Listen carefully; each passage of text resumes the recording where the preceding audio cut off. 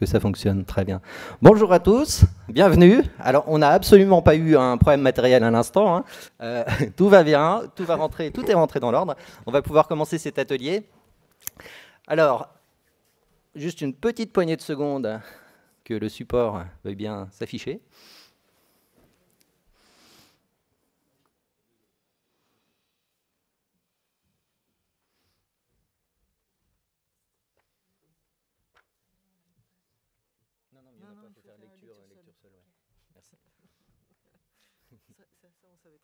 Ouais.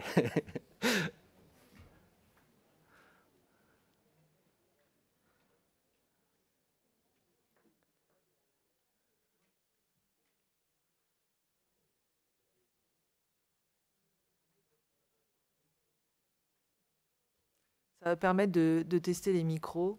Exactement. Puisque là, on a testé comment transférer un fichier USB quand tous les moyens informatiques ne marchent pas. Isabelle, faut que, apparemment, il y a une petite manip.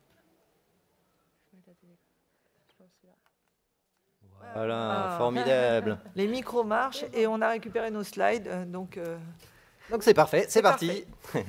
Donc encore une fois, bonjour à tous, vous qui êtes dans la salle ce matin et vous aussi qui nous suivez à distance. Donc vous avez fait le bon choix, hein, bravo pour commencer cette journée. On va vous parler de déontologie, hein, on va vous parler d'éthique professionnelle. Et pour ça, alors on a de la chance ce matin parce qu'on a certainement la personne la plus qualifiée pour nous parler de tous ces sujets, mais je vais la laisser se présenter, Isabelle. Bonjour à tous, donc je suis Isabelle Sapet et je suis la présidente de la commission d'éthique professionnelle de la compagnie des commissaires aux comptes. Donc je ne suis peut-être pas la plus grande sachante, mais c'est vrai que je vais porter la parole de la commission d'éthique professionnelle ce matin, vous expliquer un petit peu les travaux qu'on a conduits, comment on travaille et comment on a abouti aux positions qui vont être présentées ce matin. Et Camille Boivin, moi, je suis commissaire aux comptes et élu à la CRCC de Paris. Alors, donc, le programme de cet atelier. C'est en fait ce qu'on peut dire, pour faire un petit préambule sur les services non audit, je vais pour l'instant les appeler comme ça, c'est que finalement tout ça c'est un petit peu comme, c'est un peu comme une série si vous voulez. Donc je vais vous faire en quelques mots le récapitulatif de la saison précédente. On s'était arrêté, enfin la saison précédente avait plutôt commencé par la réforme européenne de l'audit. Et je me souviens, vous vous souvenez certainement à l'époque, les textes européens avaient retenu le principe d'une liste noire de services interdits pour les mandats UIP. Et la directive audit était rentrée en application en France en 2016.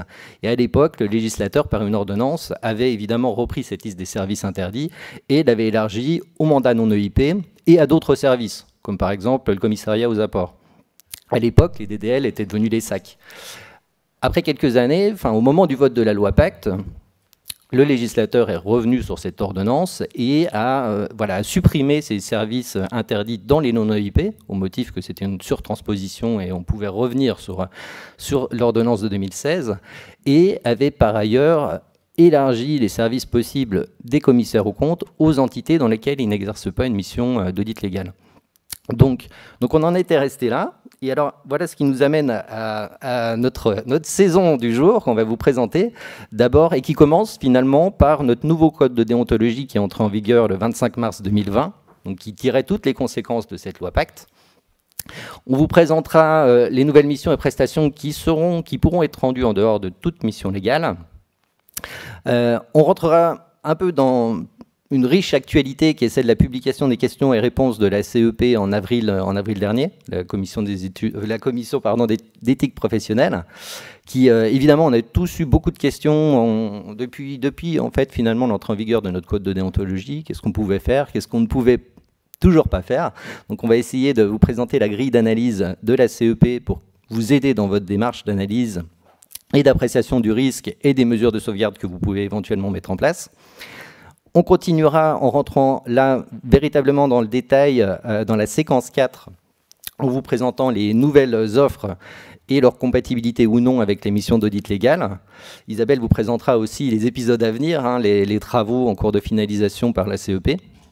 Et enfin, on terminera sur ces services qui étaient auparavant interdits et que on peut mettre en œuvre, sous certaines conditions, dans éventuellement certaines entités dont on est commissaire aux comptes ou les sociétés qui seront contrôlées par les sociétés dont on est CAC.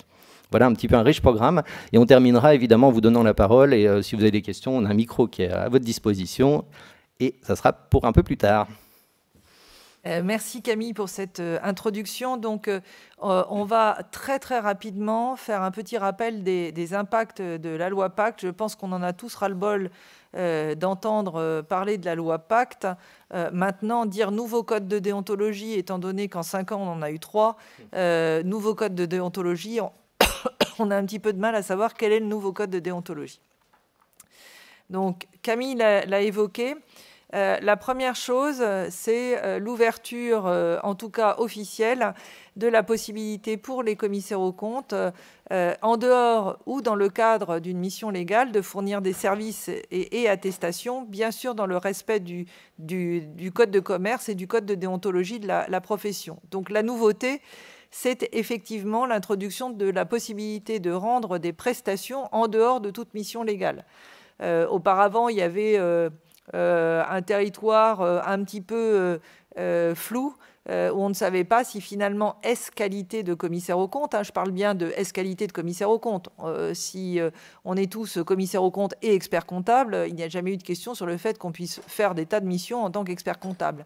Là, la question qui se posait, c'était est-ce qu'on pouvait utiliser notre qualité de commissaire aux comptes pour faire des missions ou des prestations, comme ça s'appelle maintenant, en dehors de toute mission légale. Donc là, maintenant, la loi est claire, on peut faire ce type de prestations.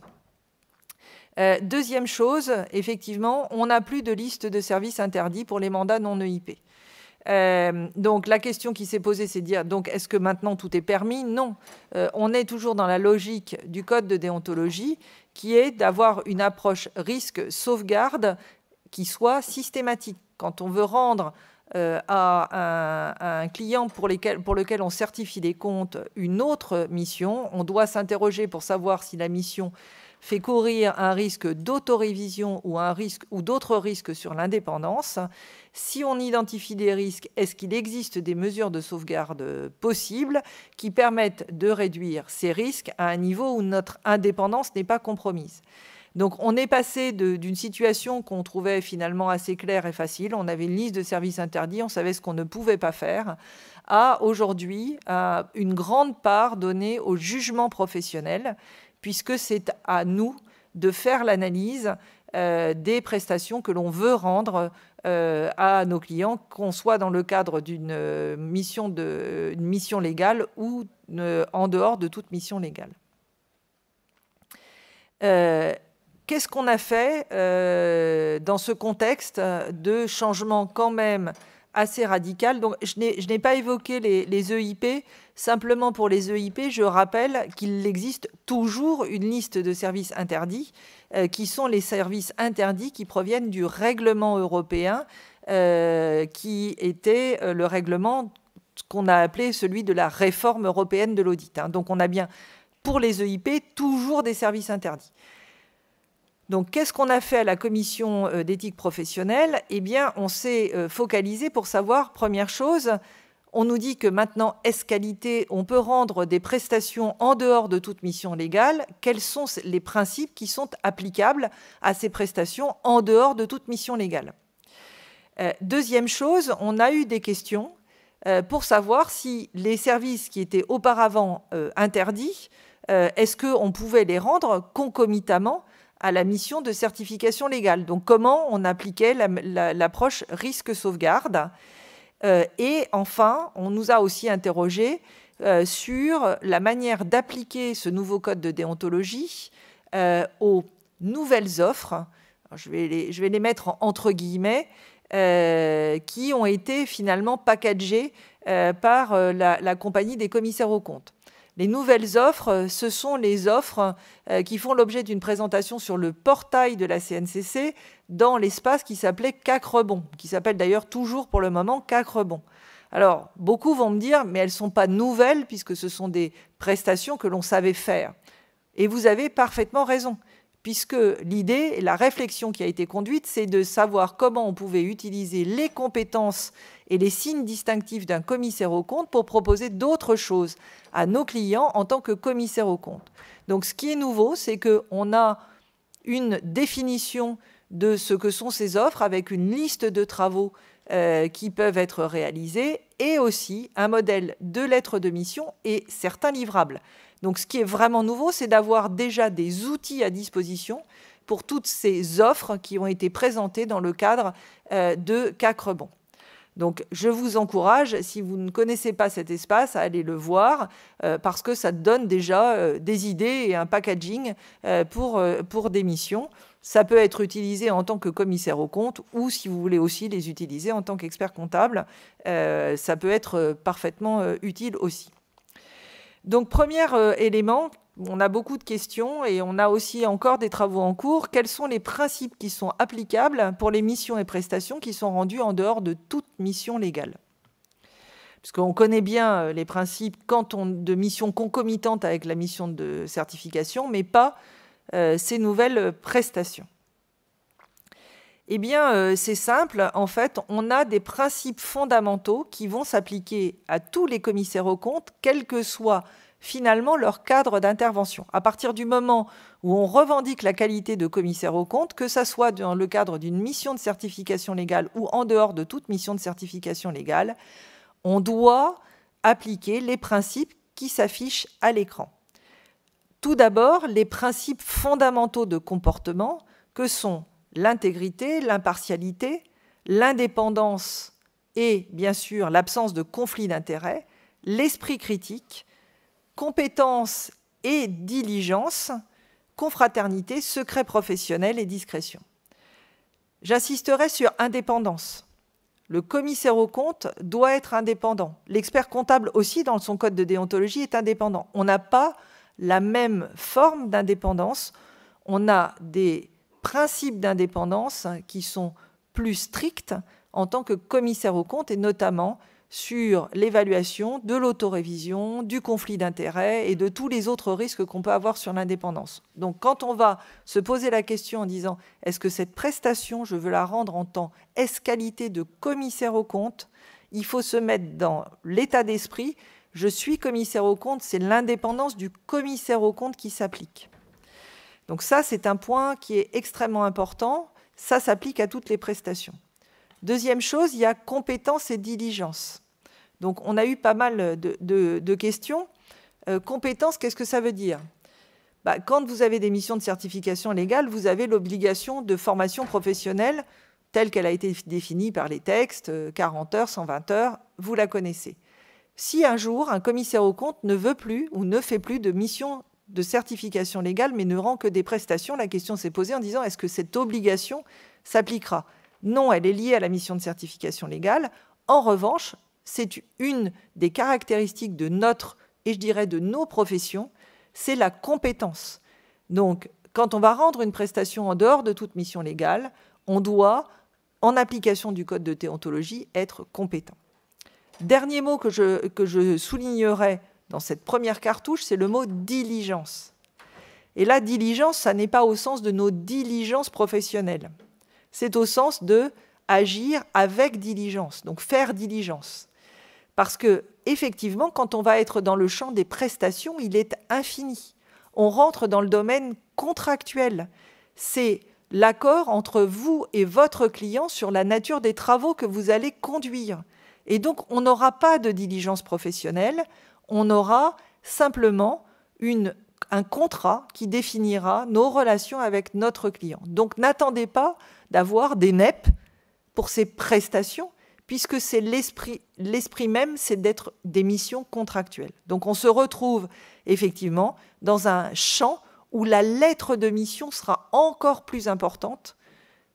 Elle l'est déjà dans nos missions de certification légale, mais la lettre de mission dans une prestation vous permettra de définir clairement les travaux que vous allez conduire, vos responsabilités, celles de votre client et surtout les limites de responsabilité. Pensez bien que si vous faites une prestation en tant que commissaire aux comptes en dehors de toute mission légale, l'assurance vous couvre, mais vous devez introduire des limites de responsabilité, puisqu'on est dans des missions contractuelles où la responsabilité n'est pas limitée comme dans notre mission de certification légale.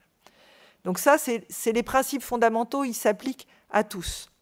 Gardez en tête que dans ces principes fondamentaux, comme je l'ai indiqué, il y a l'indépendance et donc il y a l'autorévision. Donc si vous voulez rendre une prestation, vous devez regarder si vous n'avez pas rendu une prestation antérieure qui vous conduirait à vous placer dans une situation d'autorévision. Donc si par exemple un client vous demandait de faire l'audit de compte que vous avez vous-même préparé, quel que soit le statut que vous avez utilisé pour la préparation des comptes, vous devez vous poser la question de savoir si, est-ce qualité de commissaire aux comptes, vous pourriez faire cet audit en répondant au principe du commissariat aux comptes. Donc c'est un point important. Pensez bien que quand vous utilisez le code de déontologie de la profession, il faut avoir en tête le risque d'autorévision et les autres risques sur l'indépendance. Conduite de la mission, rien de particulier. Les honoraires, on n'a effectivement pas la possibilité d'avoir des honoraires subordonnés quand on est commissaire aux comptes, quelle que soit la mission que l'on réalise. L'interdiction de sollicitation et de cadeaux, on attend toujours le décret qui nous définit un seuil. La publicité, elle est encadrée et on a des limitations et des interdictions. Et le code de déontologie, c'est une nouveauté, nous a rappelé que nous devions respecter le monopole des autres professions. Donc, j'en citerai au moins 2 sur lesquels nous avons des points communs. La profession d'avocat, ça vient immédiatement à l'idée, mais aussi celle d'expert comptable. Donc, est-ce qualité de commissaire aux comptes, on ne peut pas faire, et je ne sais pas si on a même intérêt à le faire, les missions qui sont réservées aux experts comptables. Donc, attention au respect des monopoles des autres professions, et il y en a d'autres. Donc, ces principes fondamentaux, il faut que vous les ayez bien en tête, ils s'appliquent à partir du moment où vous voulez revendiquer la qualité de commissaire aux comptes. Attention, on a tous des papiers en tête qui font état de commissaire aux comptes, expert comptable. Maintenant, il est extrêmement important quand vous faites une mission qui n'est pas une mission légale, de préciser dans quel contexte vous le faites. Est-ce que c'est qualité de commissaire aux comptes ou est-ce qualité d'expert comptable? Parce que si vous signez Monsieur X ou Madame Z, commissaire aux comptes, expert comptable, eh bien on ne sait pas finalement quelle est la qualité que vous utilisez pour faire cette mission ou cette prestation. Donc c'est un nouveau point de vigilance du fait que maintenant on a clairement la possibilité de le faire en tant que commissaire aux comptes. L'approche risque-sauvegarde, comment ça s'applique? Eh bien effectivement, on va évaluer quand on veut rendre une prestation s'il y a des risques pour l'indépendance. S'il n'y en a pas, c'est un nouveau client, vous n'avez jamais travaillé pour lui, a priori, on ne voit pas très bien ce qui pourrait vous rendre, poser un problème sur l'indépendance. Donc là, vous pouvez effectivement accepter ou poursuivre la mission. Si vous identifiez des risques sur l'indépendance, il faut voir s'il y a des mesures de sauvegarde possibles. Si oui, à ce moment-là, quand on dit possible et suffisante, parce qu'on peut se dire j'ai une mesure de sauvegarde, on pense tous je vais faire intervenir un de mes associés ou un membre de mon réseau. Dans certains cas, ça ne suffit pas à réduire le risque à un niveau qui soit suffisamment faible pour que l'indépendance ne soit pas compromise. Donc il faut bien que les mesures elles existent et qu'elles soient suffisantes. Et si on n'a pas de mesures de sauvegarde ou qu'elles ne sont pas suffisantes, alors on ne peut pas accepter la mission. C'est la même approche que vous ayez une mission de certification légale ou que vous n'ayez pas de mission de certification légale. Alors j'ai eu récemment une remarque en me disant « mais finalement, quand j'ai une prestation, je dois me poser plus de questions que quand j'ai une mission de certification légale, puisque je dois regarder toutes les prestations antérieures, etc. » Je dis « oui, parce que quand on a fait une mission de certification légale, il y a certaines prestations qu'on s'est refusé de faire parce qu'on avait la mission de certification légale et qu'on sait déjà, parce qu'on a la mission de certification légale, que toutes les prestations antérieures qu'on a faites, elles étaient compatibles avec la mission de certification légale et donc qu'on était indépendant.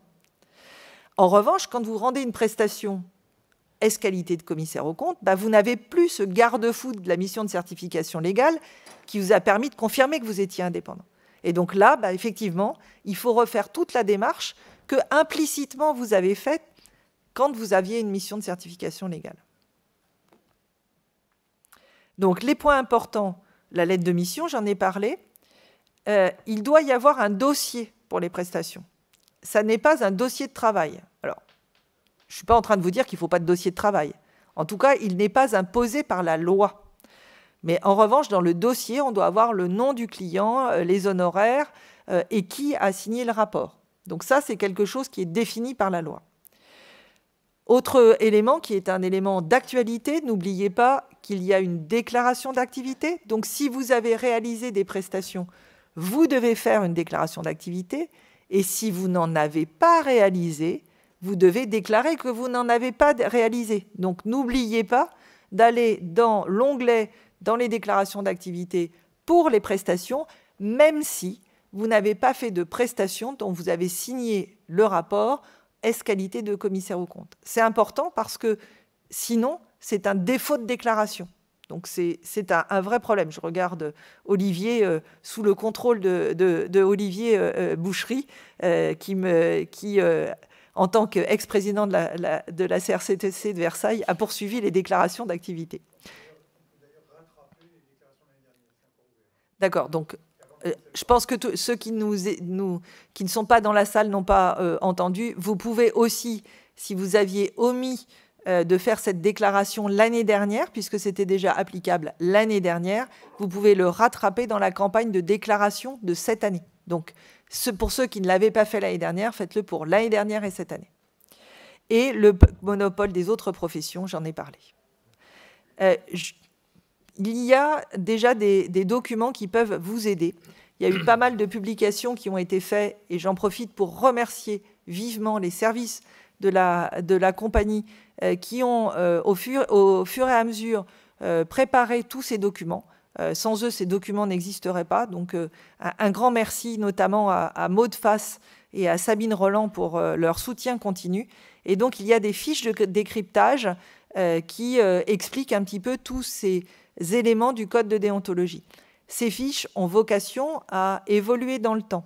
Et notamment, on a des travaux en cours sur les prestations en dehors de toute mission légale. Le petit arbre de décision que je vous ai présenté, on est en train de le rendre un petit peu plus complet pour vous présenter la démarche que l'on doit suivre pour toute l'acceptation d'une prestation. Donc c'est un nouvel outil parce qu'on commence à avoir des demandes en disant mais finalement tout ça c'est pas très pratique, comment on peut appliquer le titre 1 du code de déontologie à ces nouvelles prestations. Donc voilà, donc il y a un travail en continu et il y aura de nouveaux outils ou des versions mises à jour des outils existants. Donc n'hésitez pas à aller les voir sur le site de la CNCC. Alors, ce qui nous amène à un intéressant sujet, un autre, l'approche risque-sauvegarde et les précisions de la CEP.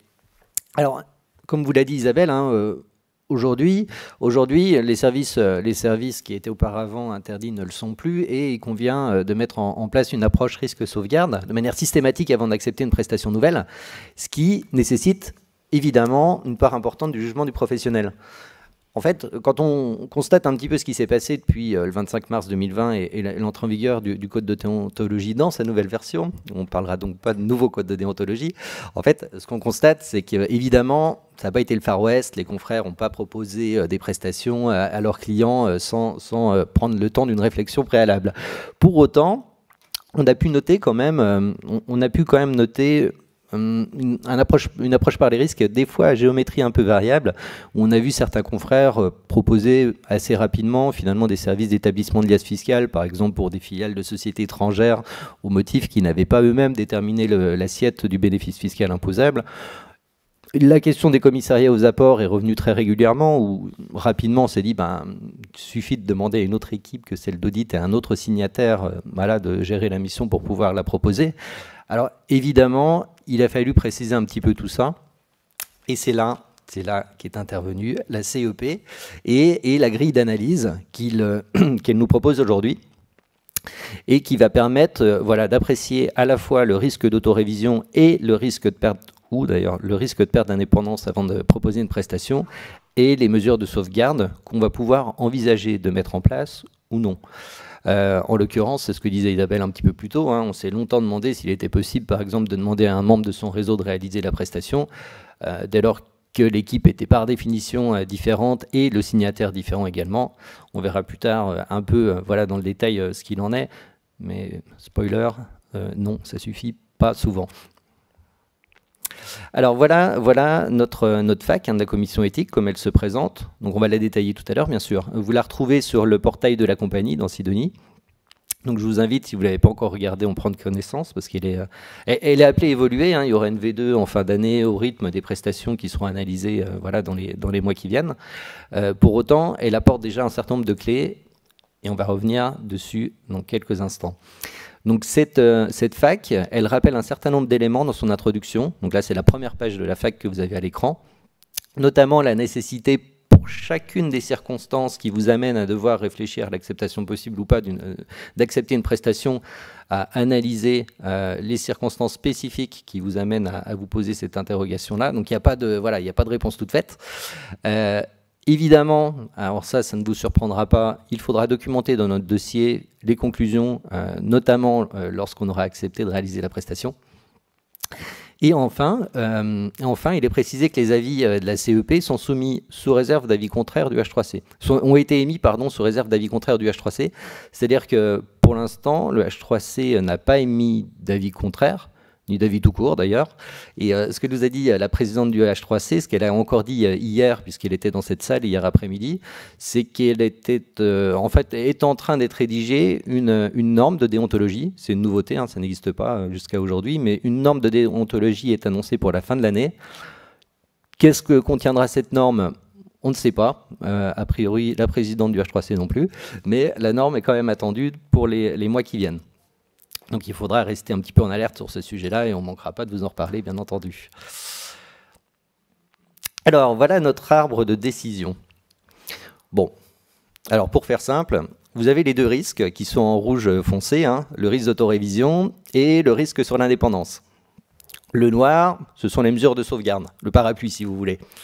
Donc la première question qu'on se pose, c'est est-ce qu'on est dans le cadre d'un risque d'autorévision? Alors si on est dans le cadre de ce risque, tout de suite on va se demander si on peut mettre en place des mesures de sauvegarde suffisantes, c'est-à-dire est-ce qu'on peut ouvrir notre parapluie et se protéger? Si le parapluie reste fermé ou si la pluie passe quand même, alors là non, on ne pourra pas réaliser la prestation. Donc évidemment, on vous donnera des exemples concrets, hein, ça sera un peu plus parlant.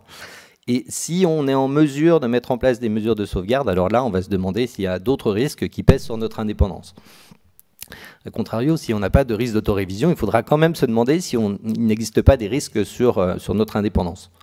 Là encore, est-ce qu'on pourra mettre en place des mesures de sauvegarde ou non? Et on conclura sur la réalisation possible de la prestation ou non.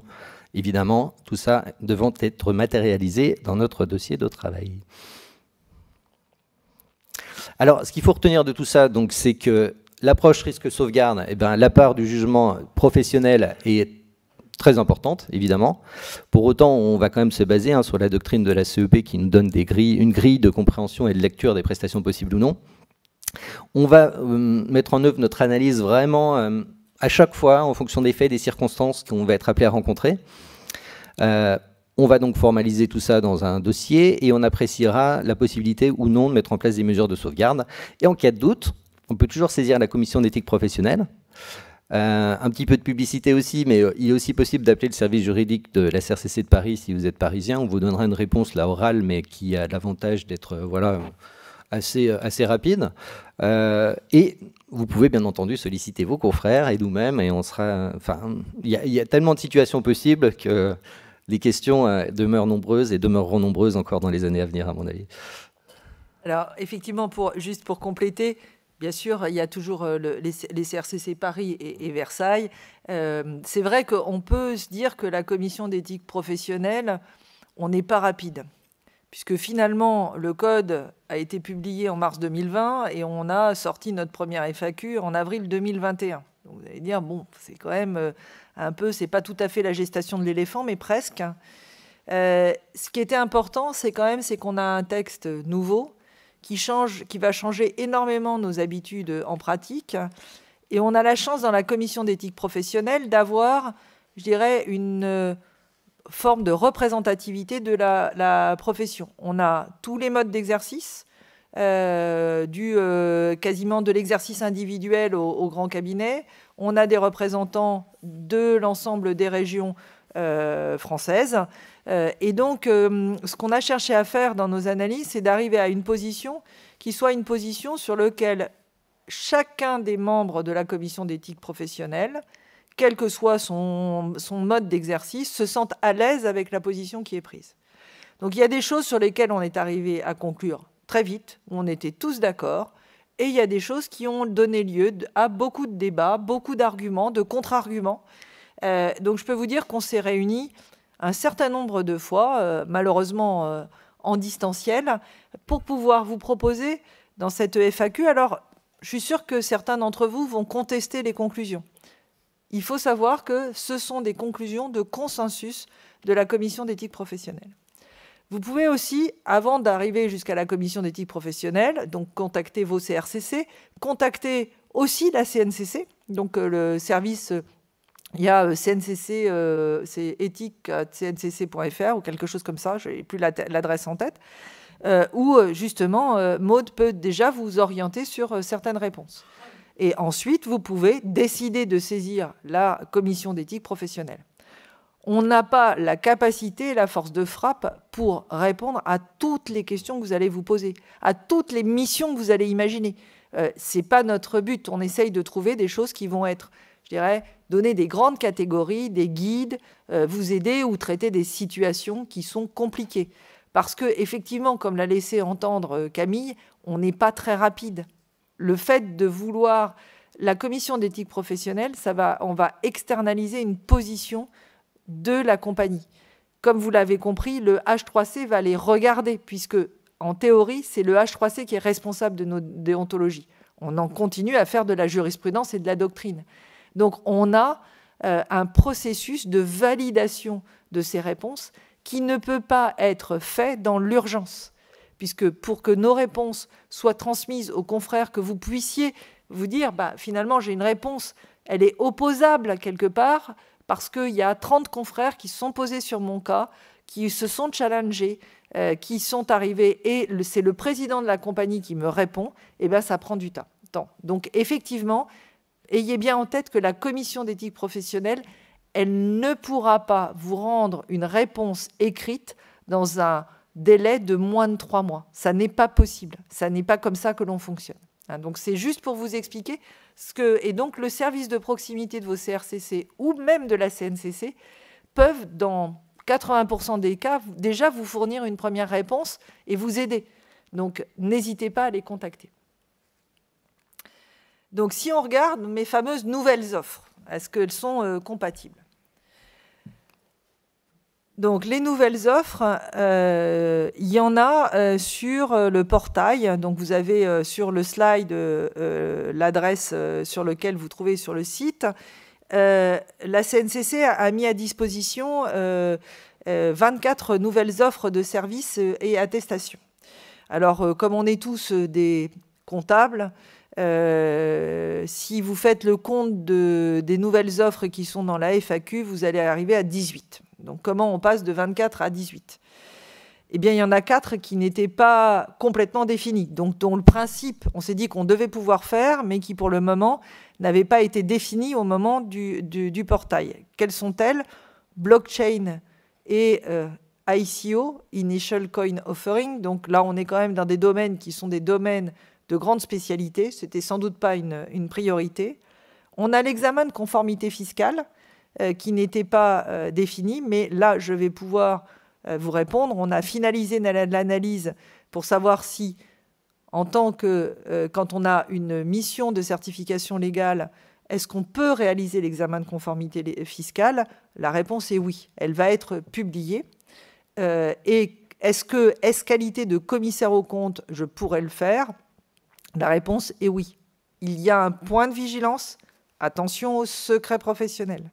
Donc là, on va avoir un sujet sur tout ce qui est transmission d'informations à la DGFiP. Donc, la réponse que je vous donne, elle est du pur point de vue déontologique. C'est-à-dire que ce qu'on nous demande comme travaux dans l'examen de conformité fiscale ne génère pas de risque d'autorévision, et on estime qu'il n'y a pas de risque sur l'indépendance. Après, vous pouvez avoir des situations sur lesquelles vous considérez qu'il n'est pas sain ou vous n'avez pas envie de le faire. Mais en tout cas, d'un point de vue déontologique. Mais attention au secret professionnel sur l'examen de conformité fiscale. Et la dernière offre, c'est une offre qui tournait autour de ce qui a été publié récemment, toutes les offres liées au plan de relance donc prévention et relance qui n'étaient donc pas définies. Donc ça nous amène à 20 offres. On n'en a toujours que 18 dans nos analyses. Donc on va voir le sort des 2 autres offres qui ne sont pas dans la FAQ. Qu'est-ce qu'on a fait pour ces nouvelles offres? En fait, on a analysé les nouvelles offres telles qu'elles sont décrites sur le portail de la CNCC. C'est un élément important. Notre analyse repose sur la description, donc la liste des travaux qui ont été imaginés pour ces offres par la CNCC. Donc, si vous voulez faire des travaux complémentaires ou différents par rapport à cette liste-là, il va falloir que vous adaptiez l'analyse qui est proposée dans la FAQ. Donc ça, c'est un élément extrêmement important. Notre analyse repose sur la description, puisqu'on analyse des faits et circonstances. On s'est interrogé pour le moment sur la réalisation de ces offres concomitamment à la mission de certification légale, puisque c'était un petit peu là où on avait en tête les incompatibilités. Donc la FAQ ne répond pas à la question de savoir s'il y a des conditions particulières si je veux réaliser ces prestations en dehors de toute mission légale. A priori, il n'y a pas de problème, mais ça nécessite quand même une analyse, surtout si vous faites plusieurs prestations d'affilée pour vos clients. Et donc, toujours, mon petit warning, l'indépendance. Donc, on a 18 offres sur lesquelles on a conclu qu'on pouvait les réaliser concomitamment à la mission de certification légale. On a, pour certaines d'entre elles, évoqué des limites ou des points de vigilance à prendre en compte par le commissaire aux comptes. Donc, par exemple, on a une première nouvelle offre. Ça me permet de vous présenter la manière dont la FAQ a été présentée. Donc, on rappelle dans la première colonne la description qui est faite de la mission. Là, on a pris diagnostic de solvabilité. Donc, c'est une analyse de la solvabilité. On a fait une liste, prise de connaissance des données macroéconomiques, analyse de la situation financière, des flux d'exploitation, de la liquidité, restitution orale et écrite. Donc, la qualification de cette mission, c'est un diagnostic. Alors, on commence déjà à avoir des questions. C'est quoi un diagnostic? Parce qu'effectivement, finalement, en tant que commissaire aux comptes, on les critique beaucoup, mais on est très, très à l'aise avec des NEP. Et quand on a une mission où il n'y a pas de guide, pas de NEP, eh bien, on est un petit peu désemparé. Donc, le diagnostic, c'est quelque chose qui n'est pas normé et donc il faudra définir. C'est pour ça que qu'est-ce que sera le livrable d'un diagnostic? C'est un rapport détaillé avec l'analyse des flux financiers, l'analyse de la liquidité, etc.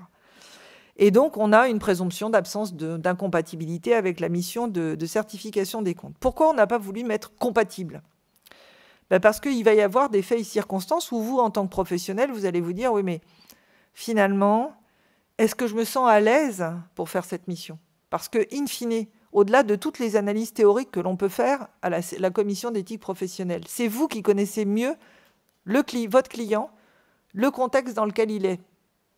Une analyse de solvabilité sur un client dont vous sentez que peut-être que la continuité d'exploitation, il y a peut-être des doutes. Vous n'avez peut-être pas envie de lui proposer cette mission, ou au contraire, vous dites finalement, c'est l'occasion ou jamais de la proposer. C'est à vous de déterminer si vous avez envie ou pas. Nous, la commission d'éthique professionnelle, elle s'est prononcée uniquement sur si je regarde le code d'éthique en fonction des travaux qui ont été déterminés, alors moi, j'ai une présomption que ça n'est pas incompatible.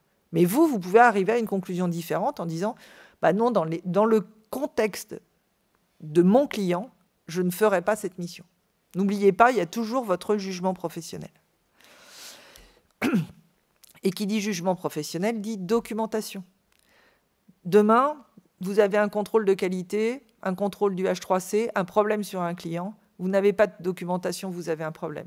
Vous avez une documentation, ben vous avez le droit de vous être trompé dans l'analyse, mais vous avez documenté pourquoi vous êtes arrivé à cette conclusion. Alors, la documentation, ça peut être, ben j'ai fait exactement les travaux qui sont dans la FAQ, j'ai suivi la commission d'éthique professionnelle, je n'ai pas de circonstances particulières, donc j'accepte la mission. Ces documents sont faits justement pour vous aider à avoir une documentation rapide de vos dossiers quand vous ne vous écartez pas des descriptions qui ont été faites. Là, on a mis une limite ou un point de vigilance sur l'attestation de données prévisionnelles ou de business plan. On a dit, pour qu'on ait une présomption d'incompatibilité, vous ne devez pas vous prononcer sur la faisabilité des prévisions. Donc, je dirais, ça, c'est de la responsabilité du management.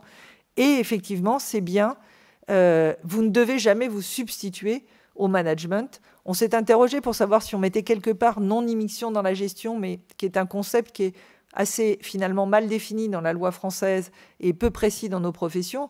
On dit, en tant que commissaire aux comptes, à partir du moment où on va commencer à prendre des décisions à la place du management, on sort de notre rôle de commissaire aux comptes, même si c'est dans une prestation qui n'est pas la prestation de certification légale. Donc ça, c'est un élément important. C'est comme ça que vous voyez des limites et des points de vigilance. Autre point, la vérification du respect des dispositions liées à la forme juridique de l'entité. Nous sommes compétents en la matière. C'est une mission que l'on pourrait prendre ou imaginer que l'on peut rendre à un client. Là, on a identifié 2 limites. La première chose, c'est respecter le monopole des avocats. Alors, vous allez me dire, oui, mais ça commence où et ça s'arrête où? Eh bien, pour le moment, ça fait partie des questions qui ne sont pas traitées parce que c'est peu précis. On n'a pas du tout les mêmes dispositions et mêmes précisions que les experts comptables en la matière. Donc, il y a une dose d'interprétation. Donc, ma recommandation, n'allez pas trop loin. Vous savez que la profession d'avocat est assez bien organisée. C'est eux qui ont obtenu d'avoir dans notre code de déontologie ce rappel au respect du monopole des autres professions. Donc, c'est quelque chose où il faut savoir rester dans nos plates-bandes. Deuxième élément, c'est la cartographie des risques. Et ça me permettra d'introduire une des nouvelles offres pour lesquelles nous n'avions pas encore conclu au moment de la publication de la FAQ. Et là, on considère que quand on a une mission de certification légale, la cartographie des risques, ça peut être, et c'est notre outil de travail, quand on va appliquer la NEP 315, on aime bien avoir identifié les risques, mais que ça ne peut pas être un livrable au client, parce que là, on considère que la cartographie des risques, c'est quelque chose où on va commencer à donner une cartographie des risques à un client. On pense que la cartographie des risques, c'est un élément fondamental du contrôle interne d'une entité. Et donc là, on commence à rentrer dans la gestion de l'entité et se trouver finalement dans un risque d'autorévision, parce que le risque d'autorévision, il n'est pas que dans la partie purement financière, mais il peut être aussi dans les procédures, l'analyse des risques que l'on peut être amené à conduire. Et donc, on a beaucoup débattu, parce qu'on n'était pas forcément à l'aise, mais on a conclu que faire la cartographie des risques pour un client, quand on a une mission de certification légale, nous, on considère qu'il y a une présomption forte, voire une incompatibilité. Mais ça a été très largement débattu, et c'est pour ça que ça n'est pas dans la première FAQ. On a avancé, certains disent, mais finalement, le client, il en fera ce qu'il veut de la cartographie des risques, je ne m'engage pas. On dit oui, mais quand on va être dans un environnement non EIP, la tendance du client, elle va vous dire, ouais, votre cartographie, elle est bien. Est-ce que vous pouvez m'aider à définir mon plan d'action, améliorer mon contrôle interne? Et là, on va rentrer dans un domaine où ça n'est pas possible, concomitamment à la certification des comptes. Toutes ces missions, elles peuvent intéresser vos clients. Il y a un point de vigilance qu'on a mis en tête, c'est vous devez vous arrêter au diagnostic. Tout à l'heure, je parlais de la mission de diagnostic. La tentation d'un client, ça va être de dire, votre diagnostic, il me plaît bien, il est pertinent, vous m'avez fait des recommandations, est-ce que vous pouvez m'aider à les mettre en œuvre? Et là, je mets un feu rouge. Si j'ai une mission de certification légale, c'est le client qui doit mettre en œuvre les plans d'action qu'il aura sélectionnés. Donc, on aura de toute façon cette limite qui est de dire « je ne pourrai pas aller jusqu'à la mise en place de ce que je vais recommander ». Donc, il faut que le deal soit clair avec nos clients pour dire quand je fais une mission de diagnostic, je m'arrête au diagnostic, je m'arrête à l'identification des recommandations, mais je ne pourrai pas, si j'ai une mission de certification légale, vous accompagner au-delà de l'identification des plans d'action. Donc, les nouvelles offres en cours d'analyse, la cartographie des risques. Donc, je vous ai donné la conclusion, ça sera plutôt non. Et puis, on avait évaluation des risques et zones de vulnérabilité. Alors ça, je peux vous dire qu'on a passé des heures à en discuter. Parce que là, on touche non seulement, il y a d'une cartographie des risques, il faut l'enlever, etc., mais à un domaine sensible, surtout dans la période que l'on a vécue et que l'on est en train de vivre. On est proche de l'analyse de la continuité d'exploitation de nos clients. Et certains disent, moi, je n'irai jamais aller leur faire une analyse complète des zones de vulnérabilité à un moment où on a tous des problèmes de continuité d'exploitation. Donc, on a dit, et ça a été compliqué de remettre la commission pour dire, on va se prononcer uniquement en matière de déontologie. Ensuite, c'est ce genre de mission, vous pouvez ne pas avoir envie de la faire, mais ça, c'est une responsabilité individuelle. Et donc, ce qu'on a mis, c'est attention, vous allez évaluer les risques et les zones de vulnérabilité. Alors, pourquoi il y a cette mission qui est proposée? Mais parce qu'on est les mieux placés, on connaît bien nos clients, on sait quelles sont leurs zones de risque et les vulnérabilités. Maintenant, ne pas oublier que si vous faites un diagnostic approfondi, il peut y avoir des conséquences sur vos travaux de certification des comptes. Donc, n'oubliez pas de tirer les conséquences de votre analyse sur votre opinion. Première chose. Et deuxième chose, il va falloir être clair avec le client que vous n'allez pas lui garantir sa continuité d'exploitation. Je pense qu'on ne veut pas, dans nos rapports de certification, garantir que la continuité d'exploitation est là. On dit qu'il n'y a rien qui est venu qui remette en cause la continuité d'exploitation. Et donc, quand on va faire ce type de mission, il faudra garder la même prudence. Je ne sais pas si vous avez envie de vous prononcer positivement pour dire « allez-y, pas de problème, dans les 12 mois, je vous garantis que vous serez toujours là dans 12 mois ». Je pense qu'aujourd'hui, il y a quand même peu de professionnels qui ont envie de prendre cet engagement. Donc, attention à la forme de la restitution de vos travaux. Mais donc, globalement, cartographie des risques, ça sera non. Risques et zones de vulnérabilité, ça sera oui, mais attention avec des limites et des points de vigilance. Et là, je rappelais, donc si ce que vous définissez avec vos clients, puisqu'on est dans le domaine contractuel, vos clients si vous demandent moins que ce qu'il y a dans la nouvelle offre, a priori, ça ne remet pas en cause l'analyse. Si vous demandez plus, eh bien là, il faut vous reposer la question de savoir si les travaux complémentaires qui sont demandés par le client restent compatibles avec la mission de certification légale. Donc attention, ça peut être une bonne base, mais si vous changez le contenu de la mission, si vous ajoutez quelque chose, il faut refaire l'analyse. Et notamment, c'était le point sur les recommandations. Dans la plupart des cas, mettre en place des recommandations, ça ne sera pas possible. Donc, 18 nouvelles offres sont compatibles. J'en rajouterai donc maintenant 19 avec l'examen de conformité fiscale. Il y a et une 20e avec l'analyse des zones de vulnérabilité. Le reste, il y a les points de vigilance. Et si on a une différence, eh bien, effectivement, il faut refaire une analyse. Désolée, je suis toujours très bavarde. Non, mais c'est très bien, c'est passionnant. Merci Isabelle.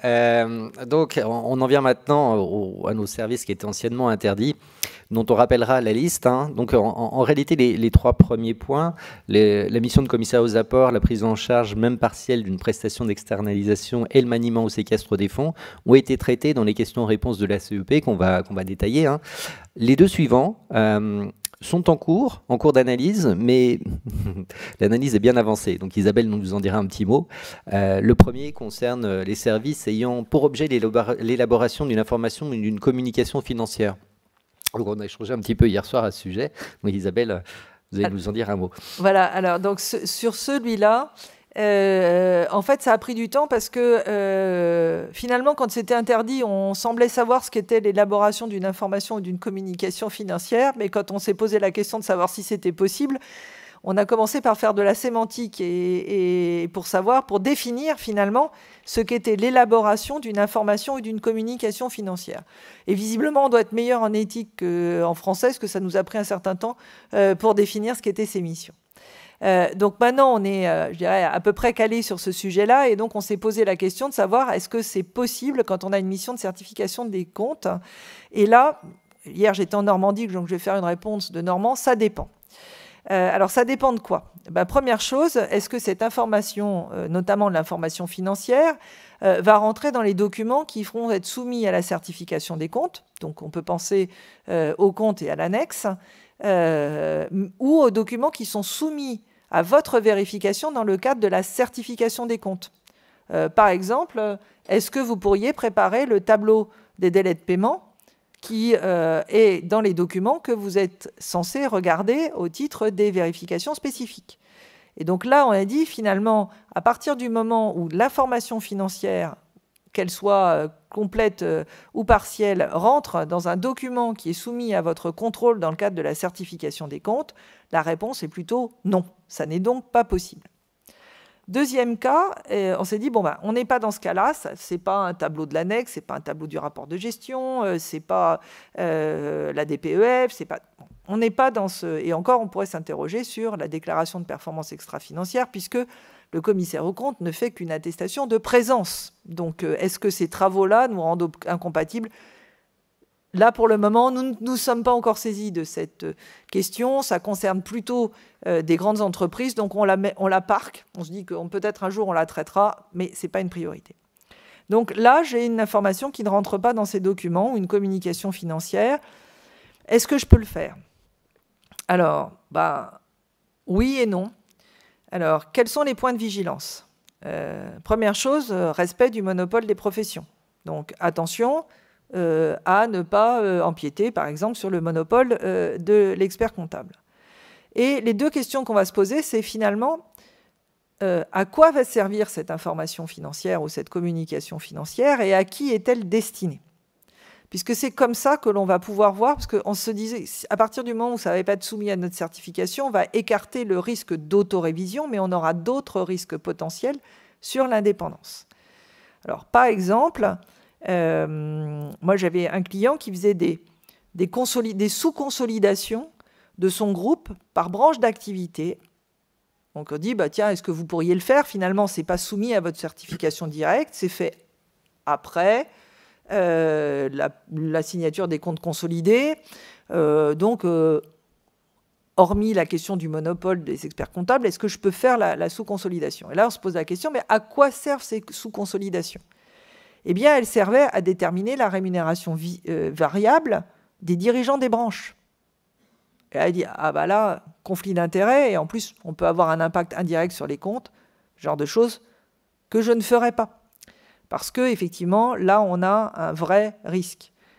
On a d'autres... Ensuite, c'est le destinataire. Vous êtes commissaire aux comptes. À quoi va servir, si vous faites cette préparation ou cette communication financière, est-ce que je peux préparer le document qui sera mis dans une data room pour présenter la société parce qu'ils veulent se vendre ou ils veulent vendre une partie de l'activité ? Regardez votre risque de conflit d'intérêts. Je ne suis pas sûre que je le ferai. Pourtant, je suis sachante, je connais bien la société. Est-ce que si demain il y a un problème, je me sentirais à l'aise alors que j'avais une mission de certification des comptes pour le faire ? Vraisemblablement non. Donc là, on va vraiment avoir une analyse à faire des faits et circonstances. Et c'est pour ça que là, dans la réponse, vous verrez qu'on dit, à quoi sert l'information ? À qui elle est destinée et dans quel contexte elle a été établie. Est-ce que je prépare un document parce qu'il y a un litige quelque part ? Est-ce que c'est bon qu'un commissaire aux comptes ayant la mission de certification des comptes prépare un document qui va être utilisé dans le cas d'un litige avec des actionnaires, avec des salariés, avec des... Donc là-dessus, on va avoir une réponse qui est présomption forte d'incompatibilité quand il s'agit de documents qui sont soumis à notre vérification, et pour le reste, un encouragement à faire je dirais un contrôle important de à quoi va servir cette information financière. Et sur la prestation de conseil juridique, on est un peu bloqué parce que comme on ne sait pas définir ce qu'est le conseil juridique, on a du mal à savoir ce qui est possible et ce qui n'est pas possible. Donc on a eu des échanges avec la commission des études juridiques. Je ne sais pas si on arrivera à sortir quelque chose rapidement. Autant sur l'information, la communication financière, ça fera partie de la V2 de la FAQ. Là la réponse est quasiment bouclée. La prestation juridique, je ne suis pas sûr qu'on soit encore mûr pour publier quelque chose. Prudence donc pour les prestations en matière de conseil juridique. Merci beaucoup pour toutes ces précisions et du coup ces prochains épisodes à venir avec la publication attendue avant la fin de l'année de la version 2. Donc de la version 2 de nos questions-réponses. Donc dans ces questions-réponses, au-delà des 3 premiers services auparavant interdits qu'on a détaillés, la commission s'est penchée aussi sur 3 autres sujets pour lesquels on a beaucoup échangé ces derniers mois, à savoir l'établissement de l'alias fiscal, l'établissement possible ou non de l'annexe des comptes et l'établissement des feuilles de paye. Donc, dans sa grille de lecture, si vous l'avez vu ou quand vous la verrez, on a une analyse en finalement 2 parties. La première, c'est l'appréciation des risques pour l'entité pour laquelle vous êtes appelé à certifier les comptes. Donc, appréciation du risque d'autorévision, risque sur la dépendance, bien entendu, et mesures de sauvegarde possibles. La même approche a été conduite pour les filiales des sociétés auditées. Donc, vous êtes dans une filiale que vous n'auditez pas vous-même, mais vous auditez la société qui la contrôle. Même approche, mais conclusions différentes parfois. Risque d'autorévision, risque sur l'indépendance et encore une fois, mesures de sauvegarde possibles. Alors, donc, pour conclure sur chacune des services analysés, la CEP a classé la prestation dans chacune de ces 3 catégories. La première catégorie sont les missions incompatibles. Là, on a un risque d'autorévision ou et de perte d'indépendance et aucune mesure de sauvegarde n'est appropriée. Si vous voulez, là sont un peu les no-go zones, on n'y va pas. Donc de quoi on parle, on va le voir, c'est l'établissement de l'annexe par exemple, pour une société dont on audite les comptes.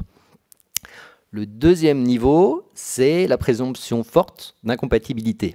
Là, on a un risque d'autorévision ou de perte d'indépendance qui est très fort, et la commission n'a pas identifié de mesures de sauvegarde appropriées. Si vous voulez, c'est un peu une zone radioactive.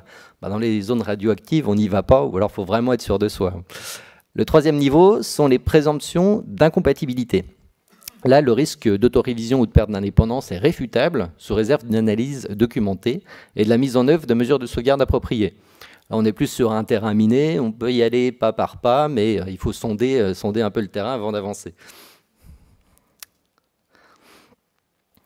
Alors, lorsque, évidemment, on parle que de non-EIP depuis tout à l'heure. Donc, si le service est incompatible avec l'exercice d'une mission légale et qu'il existe une présomption forte d'incompatibilité, on va voir un petit peu les conclusions de la CEP tout à l'heure.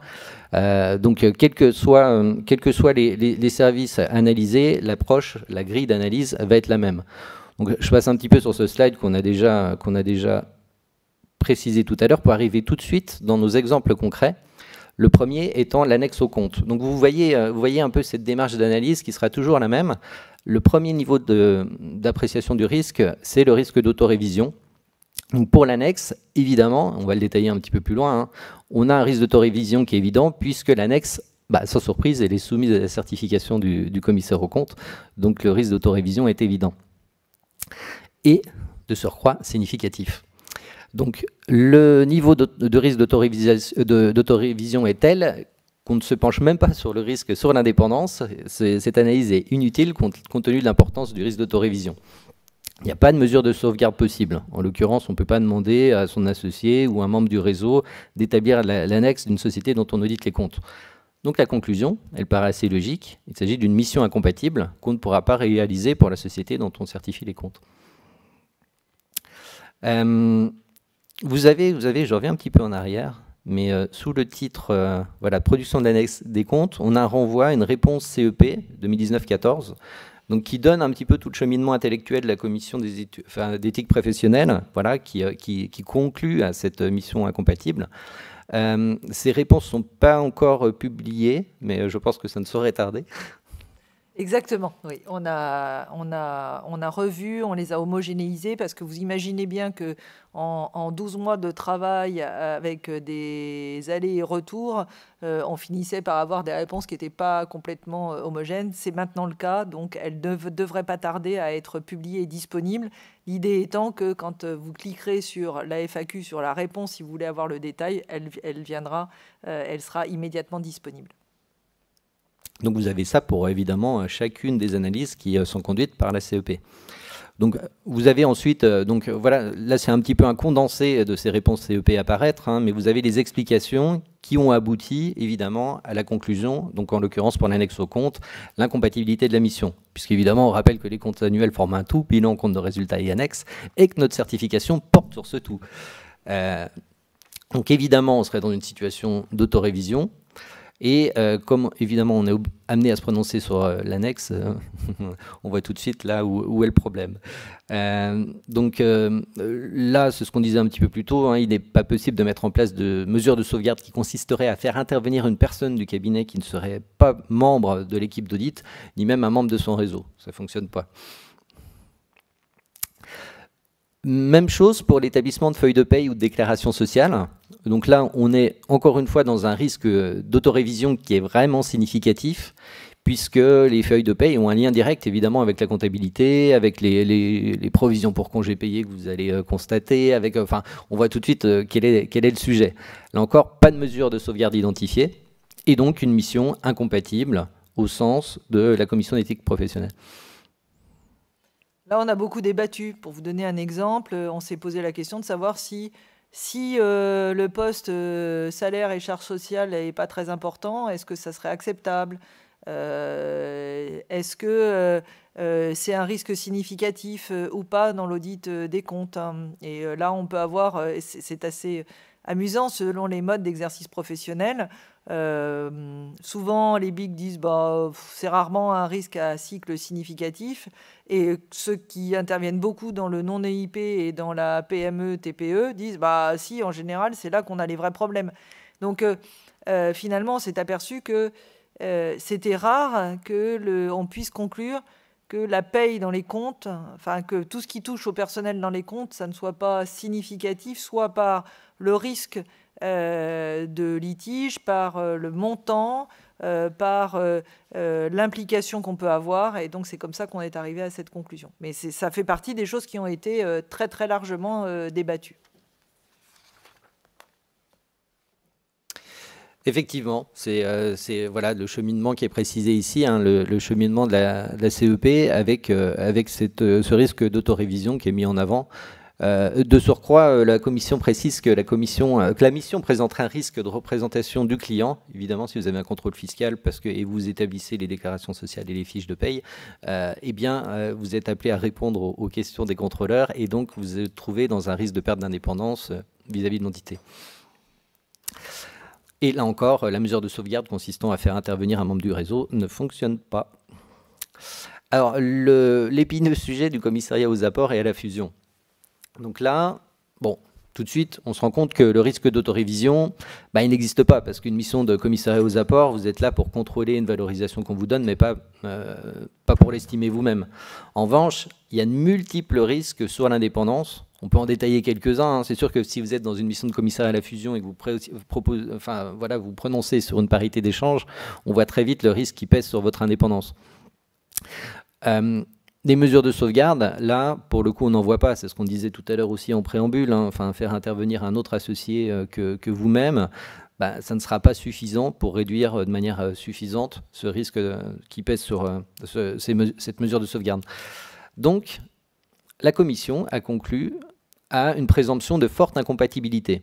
Là, on peut se demander d'ailleurs pourquoi pas une incompatibilité totale, mais ce qu'on comprend, c'est que il y a une telle diversité de missions de commissariat aux apports possibles, avec des apports à la valeur comptable, avec des apports à la valeur vénale, avec des valeurs qui peuvent différer qui peuvent différer, enfin qui peuvent être en deçà de votre seuil de signification. Enfin, pour autant, la Commission précise qu'elle n'a pas identifié de mesures de sauvegarde possibles. Moi, pour ma part, c'est ce que vous disiez, Isabelle, hein, on n'a pas tous les mêmes positions. Voilà, moi, j'aurais conclu à une compatibilité de la mission. Après, on comprend que la présomption forte d'incompatibilité découle aussi des positions qui pouvaient diverger entre les membres de la Commission. Là, sur le commissariat aux apports, on a fait beaucoup de et si, et si, et si. Donc c'est là la limite de la commission d'éthique professionnelle, c'est qu'on a bien conscience qu'on ne peut pas imaginer toutes les situations qui vont se présenter. Donc là, comme on n'avait pas de risque d'autorévision, le risque d'autorévision, à partir du moment où on a un risque fort d'autorévision, c'est difficile de trouver des mesures de sauvegarde. Quand on n'a pas de risque d'autorévision, ben là, la nuance est plus subtile. Il y en a qui disent, à partir du moment où je n'ai pas de risque d'autorévision, je ne vois pas très bien quels sont les autres risques. On a dit, bon, il y a quand même la responsabilité pénale du commissaire aux apports. Certes, vous ne faites pas l'évaluation, mais vous vous prononcez sur le fait que les apports ne sont pas surévalués. Donc que ce soit vous ou votre associé qui le fasse, vous arrivez et puis finalement, au moment où de faire des tests de dépréciation, vous percevez que les apports sont surévalués. Qu'est-ce que vous faites? Est-ce que vous vous sentez complètement indépendant et libre de dire qu'il va falloir déprécier les apports, sachant que derrière, il y a votre responsabilité pénale qui peut être engagée? On a dit, bon, ça commence à devenir un risque de conflit d'intérêts qui est quand même assez important. Et c'est pour ça qu'on a dit, nous, et c'était le sentiment de la commission, le sentiment général, c'était quand même de dire, franchement, nous, on n'irait pas. Et c'est pour ça qu'on est arrivé à la présomption forte d'incompatibilité. Maintenant, il y en a toujours un pour dire, oui, mais si c'est une opération de restructuration interne, dans un groupe de filiales détenues à 100%, donc on a dit, on arrête les si. Effectivement, il n'y a pas de risque d'autorévision, donc on considère que ce n'est pas formellement incompatible, puisqu'on a été quand même très prudent. On est dans une situation où on nous a enlevé les interdictions. La CNCC ne fait que de la jurisprudence. Donc avant de dire qu'on rétablit une interdiction que le législateur a enlevée, on s'est quand même posé la question. Donc autant l'annexe, franchement, moi je me vois mal mettre l'annexe qui a été préparée par mon voisin de bureau derrière des comptes. Ça je pense qu'on a été vraiment tous d'accord. Pour le reste, on a été quand même très, très, très parcimonieux dans « je rétablis des interdictions que le législateur a enlevées ». Je n'ai pas ce pouvoir, on est quand même que la CNCC, on fait de la doctrine. Donc nous, on vous donne un sentiment. Donc le commissariat aux apports, quand on dit présomption forte d'incompatibilité, c'est que la grande majorité des membres disaient moi franchement, j'irai pas. Mais j'irai pas parce qu'il y a aussi une dimension personnelle. C'est pas... voilà. Donc moi, personnellement, je suis comme Camille, j'irai pas. Mais après, on peut avoir des faits circonstances qui font que... Et donc, quand vous avez des présomptions fortes d'incompatibilité, vous pouvez y aller, mais alors il va falloir faire une documentation. C'est vrai qu'on ne fait pas la loi, on fait de la jurisprudence. Si vous allez contre la jurisprudence, vous pouvez toujours le faire, mais il faudra le documenter dans vos dossiers. Pourquoi vous êtes arrivé à une conclusion différente? D'où l'importance de publier nos réponses pour que vous ayez les éléments que nous avons utilisés pour arriver à notre conclusion, pour voir en quoi votre situation est différente et comment vous pouvez arriver à une conclusion différente. Et donc, bon, les explications, on vous les a données, donc on passe. Ce qui va nous amener cette fois-ci au service qu'on est susceptible de proposer aux filiales les entités auditées, pour lesquelles la CEP a conclu soit un risque de forte incompatibilité, un peu comme le commissaire aux apports pour les sociétés dont on édite compte, soit un risque de présomption simple d'incompatibilité, et c'est ce qu'on va voir tout de suite. Alors, sur l'annexe au compte, alors là, vous êtes dans l'annexe au compte d'une société filiale de l'entité dont vous certifiez les comptes. Donc, évidemment, dans ce cadre-là, vous n'allez pas vous prononcer, vous n'allez pas établir un rapport qui va comprendre l'annexe au compte de la filiale de l'audité entité, bien sûr. Donc, la question va être de se poser, est-ce que vous pouvez réaliser une mission d'établissement d'une annexe pour cette filiale? Alors là, tout dépend des circonstances. C'est ce qu'on disait, il faut vraiment avancer pas par pas, étudier les cas spécifiques qui sont propres à chacun de nos clients. Est-ce que, évidemment, si la filiale elle est comprise dans un groupe consolidé, ça ne va pas forcément être possible de réaliser ce type de mission. Le poids de la filiale, le poids des honoraires, enfin tous ces éléments à prendre en compte qui sont listés ici devront faire partie de notre appréciation préalable du risque. Et ensuite, en fonction de cette appréciation, on va réfléchir aux mesures de sauvegarde possibles avec une autre équipe qui interviendra. Enfin, vous voyez ce qu'on pourrait éventuellement mettre en place. Et là, on est dans le cadre d'une présomption d'incompatibilité que vous pouvez réfuter à condition de le documenter dans votre dossier, mais encore une fois, tout en étant quand même relativement prudent. Les feuilles de paye et déclarations sociales des filiales. Alors là, c'est un petit peu sans doute plus délicat, puisque... Ou pas d'ailleurs, puisque la conclusion est la même, hein.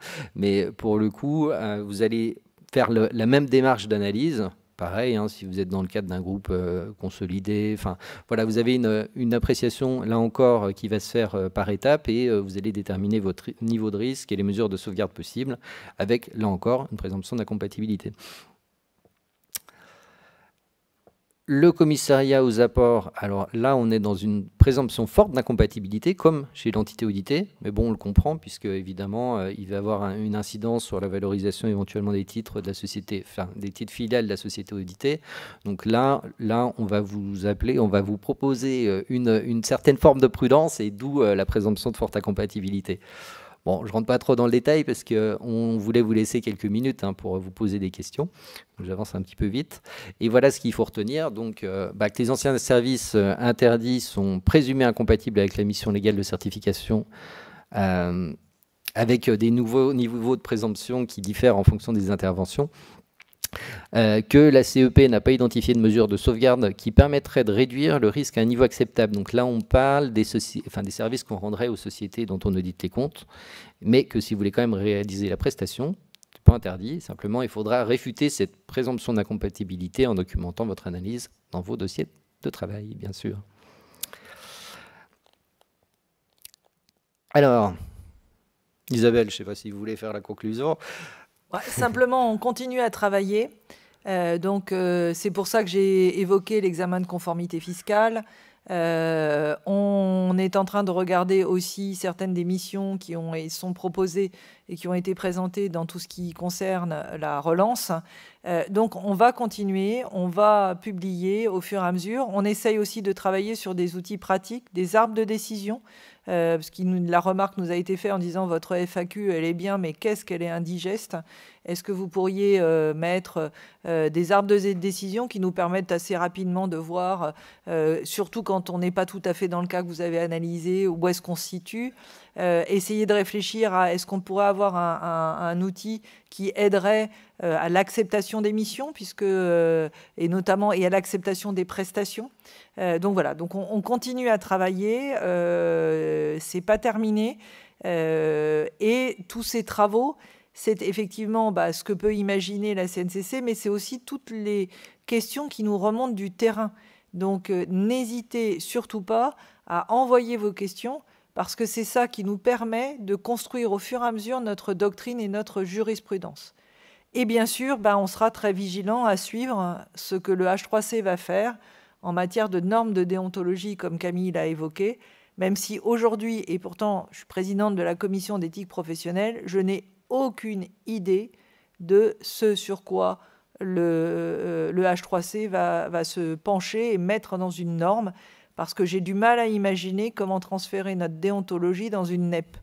Mais sans doute, n'ai-je pas assez d'imagination. Donc ça, c'est quelque chose qu'on va suivre et dont, bien sûr, on vous tiendra au courant au travers d'outils, d'explications, de webinaires, dès qu'on aura plus d'informations sur la NEP déontologie.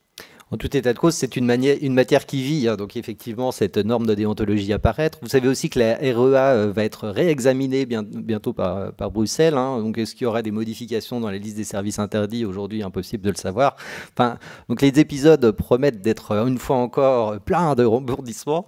Et donc, en tout cas, merci d'avoir suivi cet atelier. Une petite précision, vous êtes dans un atelier du parcours CAC, hein, donc la formation dite CAC 120. Donc, bien entendu, vous aurez ce support et vous aurez aussi un petit questionnaire, 5 questions à compléter pour valider votre formation. Normalement, elles ne sont pas trop compliquées. J'ai oublié de préciser, il y a aussi quelque chose qui sera publié, c'est que le FAQ va être aussi publié pour les EIP.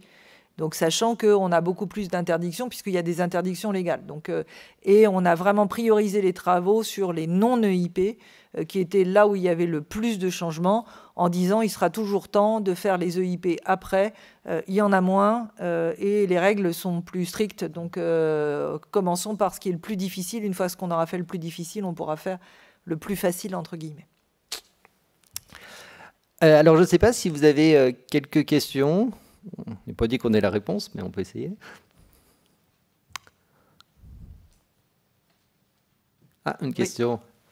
Alors, je suis désolée, j'ai pas de micro. Il y a des micros.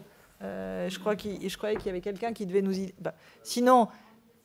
Ah bah voilà. Oui, ça fonctionne.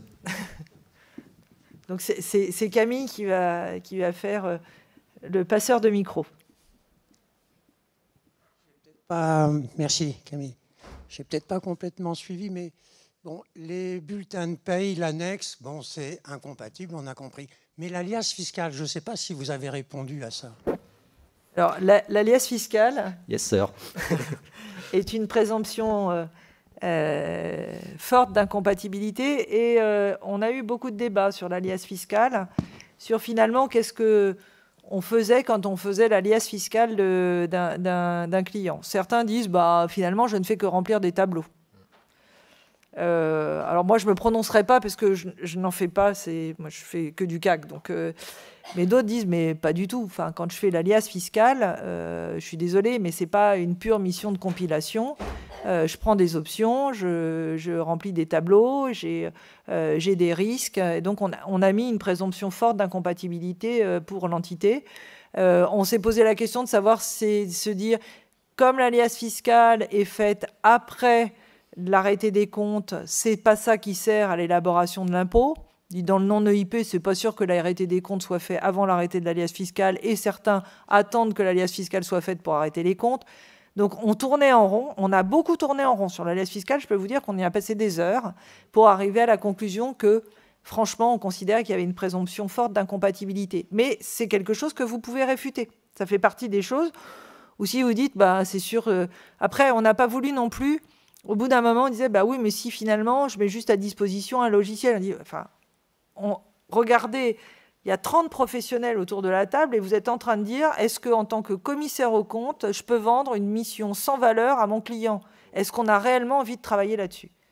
Donc, nous, on a dit, l'élaboration de l'alias fiscal, c'est une mission qui a de la valeur.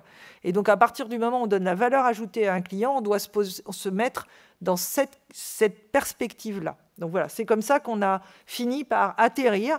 Mais je vous accorde que l'atterrissage a été... on a tourné longtemps au-dessus de la piste avant de pouvoir atterrir. Ouais, mais c'est une vraie question, hein. Pierre-Michel, je ne sais pas si toi, tu as proposé ce type de prestation. Moi, j'y serais pas allé parce qu'au-delà même de l'indépendance en tant que telle, il y a aussi l'apparence d'indépendance. Enfin, si on fait une déclaration fiscale dans laquelle on indique que celui qui l'a établi, c'est le même cabinet que celui qui audite les comptes, c'est vrai que ça peut interroger un petit peu. Voilà, moi j'aurais été un peu frileux, donc voilà, on a compris la présomption de forte incompatibilité, bon, qui à mon sens se comprend bien. Et après, on avait aussi un éclairage de l'étranger, où dans certains pays, c'est au contraire considéré comme un plus que ça soit le commissaire aux comptes. Mais enfin, je veux dire, on a des situations locales qui sont tellement diverses qu'on a dit, bon, bah, dans nos faits et circonstances. Mais j'ai complètement conscience que cette position, elle est contestée. Je ne sais pas si elle est contestable, mais elle est contestée, elle est challengée. On a vraiment eu du mal à atterrir sur un consensus. Oui, et la mission a été proposée. Hein. Enfin, je connais certains cabinets qui ont proposé très rapidement ce type de mission à certains de leurs clients. Alors, est-ce qu'ils vont le faire encore ou pas avec cette position de la CEP? Ça, je ne sais pas. Mais la question s'est véritablement posée pour certains de nos confrères. Oui, oui, alors... Je vais peut-être prendre un micro parce qu'en fait, il y a des gens qui nous suivent en ligne et ils risquent de ne pas vous entendre. Alors, attendez, j'arrive.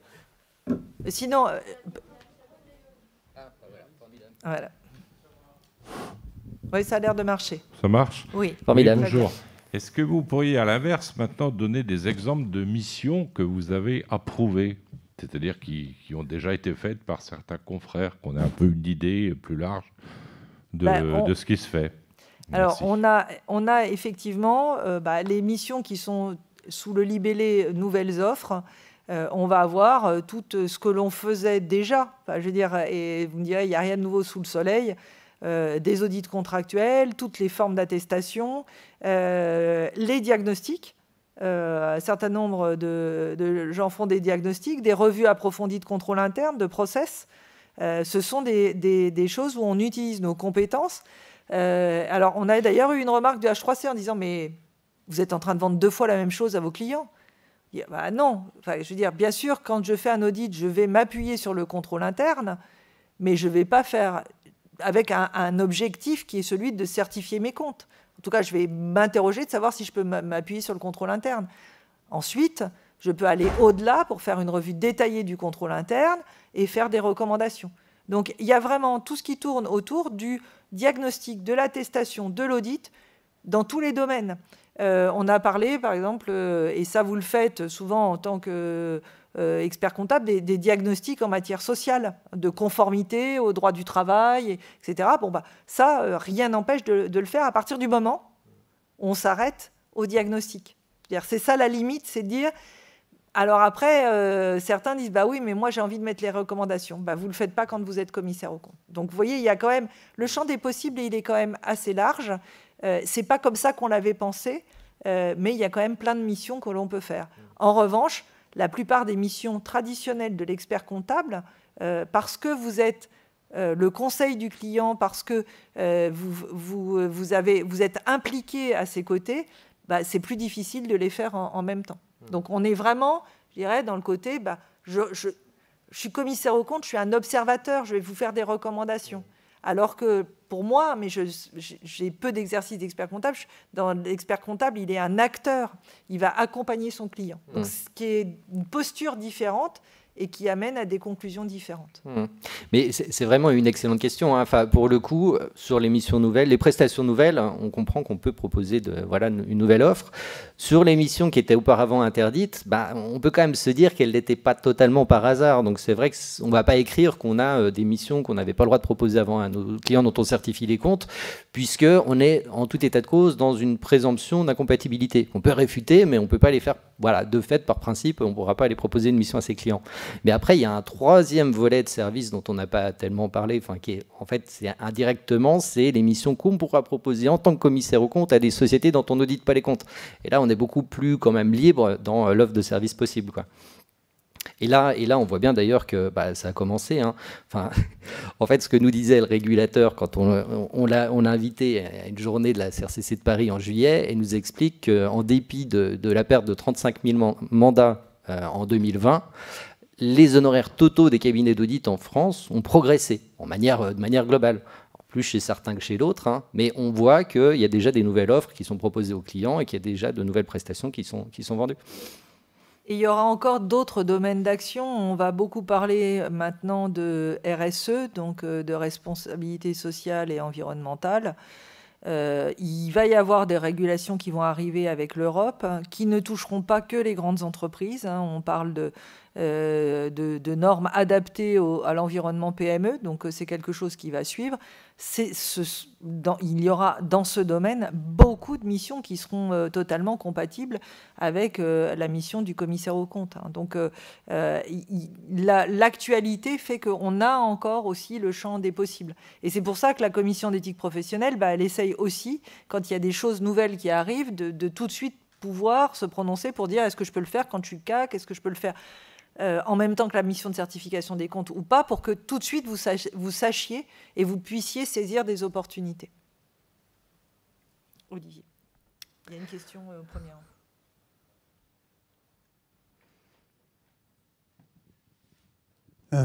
Dans l'article 17 du Code de déontologie, donc on prévoit qu'il est nécessaire de respecter le monopole des autres professions.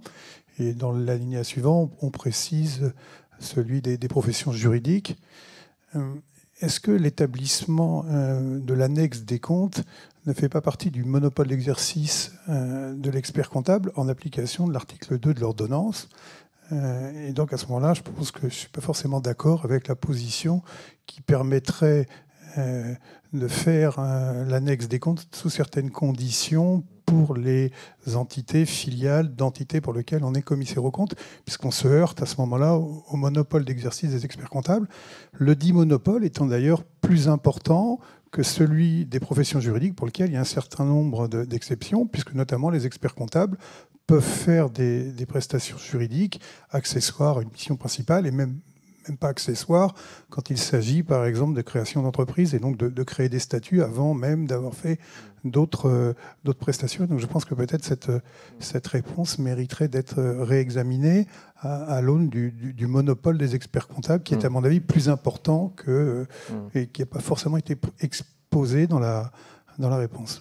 Isabelle, moi je ferais bien la compréhension que j'ai de ce sujet, et après je vous laisserai nous donner la voix de la sagesse.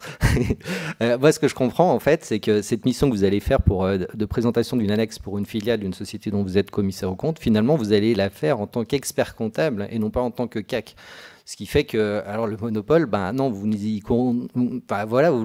êtes à l'intérieur du monopole puisque vous faites cette annexe en tant qu'expert comptable et non pas en tant que CAC. Et alors, je suis d'accord, Olivier, qu'il y a une ambiguïté. C'est-à-dire que, et c'est une bonne remarque et on le précisera, c'est que sur ces services anciennement interdits, on ne s'est pas prononcé sur est-ce qualité de quoi on ferait la mission. Et donc, est-ce que le commissaire, est-ce que quelqu'un... C'est un membre du réseau qui pourrait le faire, mais exactement, voilà, c'est un membre du réseau où c'est le commissaire au compte, est-ce qualité d'expert comptable, mais pas de commissaire au compte. Mais tu as raison, il faudrait... C'est pas le commissaire au compte qui le fait, cette mission. Non, c'est pas le commissaire au compte. Et donc c'est vrai qu'il y a une ambiguïté. C'est interdit au commissaire au compte de le faire.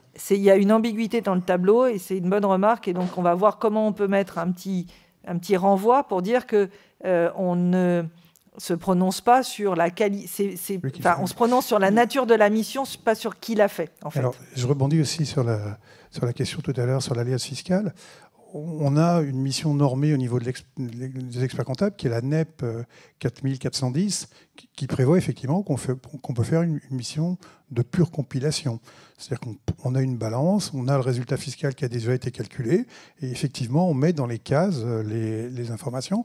Et là, je ne vois pas en quoi on pourrait éventuellement ne pas pouvoir faire cette mission. Ça fait partie des cas où on peut réfuter la présomption si effectivement on respecte strictement la norme sur la compilation. On a une norme qui est précise et qui permet... Ça veut dire qu'il faut aussi démontrer que dans l'entité, il y a quelqu'un qui a été capable d'arrêter un résultat fiscal, de déterminer son impôt, de prendre toutes les options. La matière première, l'information qu'on a. Voilà, donc, mais si c'est effectivement une mission de pure compilation sans aucune autre prestation qui permettrait l'élaboration de la liste fiscale...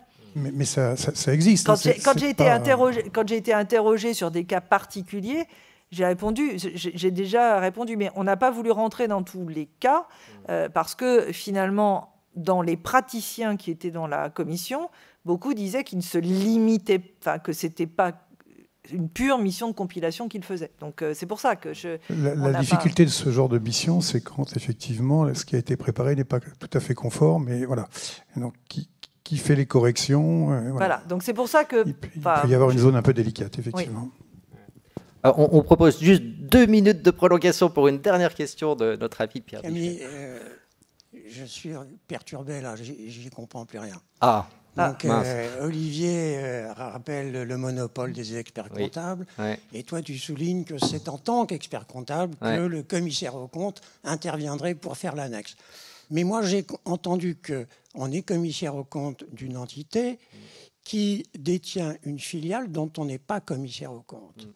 Mais elle détient cette filiale. Et pour moi, je reste sur l'idée que s'il y a une entité contrôlée par une société dont je suis commissaire aux comptes, je ne peux pas être expert comptable de cette filiale. Oui, mais parce que... Donc je ne peux pas me prévaloir du monopole des experts comptables pour faire l'annexe de la filiale. Et le code de déontologie n'est plus aussi précis, malheureusement, sur la chaîne de contrôle. C'est ça. Ça a changé, ça. Parce que moi, évidemment, c'est une philosophie que je partage avec toi, Pierre-Michel, mais on fait peut-être partie de l'ancien monde, hein, tu sais, les temps changent. Et donc, effectivement, on n'a plus ces précisions où avant, c'était très clair. On disait que les interdictions, elles s'appliquaient et puis on avait le réseau. Là, on doit faire une analyse risque-sauvegarde, y compris quand on est dans des filiales contrôlées. Donc, c'est pour ça qu'on s'est posé la question, parce que sinon, effectivement, avant, c'était simple, je ne pouvais pas le faire. Et là, pour les plus attentifs, dans nos FAQ, on ne s'est pas prononcé aussi sur les relations qui sont inverses, sur qu'est-ce que je peux faire pour des maisons mères. C'est-à-dire que il y a un confrère qui m'a interrogé, qui me dit, voilà, je travaille pour des sociétés d'avocats, dont des CELARL. Je suis expert comptable des CELARL, des avocats individuels, et il me demande d'être commissaire aux comptes de la CELARL dans laquelle ils sont tous associés. Qu'est-ce que tu en penses? Je dis, moi, j'irai pas. Parce qu'effectivement, même le code de déontologie ne le dit pas. Mais alors, me retrouver à être commissaire aux comptes d'une entité où je suis expert comptable de tous les actionnaires, en plus dans des entités où on sait qu'il peut y avoir des conflits, moi, personnellement, j'irai pas. Mais le code de déontologie ne dit rien sur le sujet. Donc, c'est toujours une analyse risque-sauvegarde en disant, dans les faits et circonstances que vous avez, et notamment la qualité des actionnaires, ce que vous faites avec eux, est-ce que vous pouvez accepter la mission de commissaire aux comptes? Donc, c'est un vrai changement. Hein. Ce code, ça nous fait perdre beaucoup de repères. Mais ce n'est pas pour autant qu'il faut faire tout et n'importe quoi. Enfin, je veux dire, et c'est ce qu'on essaye de faire, c'est d'essayer de vous fournir des outils pour que vous puissiez bénéficier d'opportunités, mais pas prendre de risques inconsidérés. Voilà. Bien, merci à tous.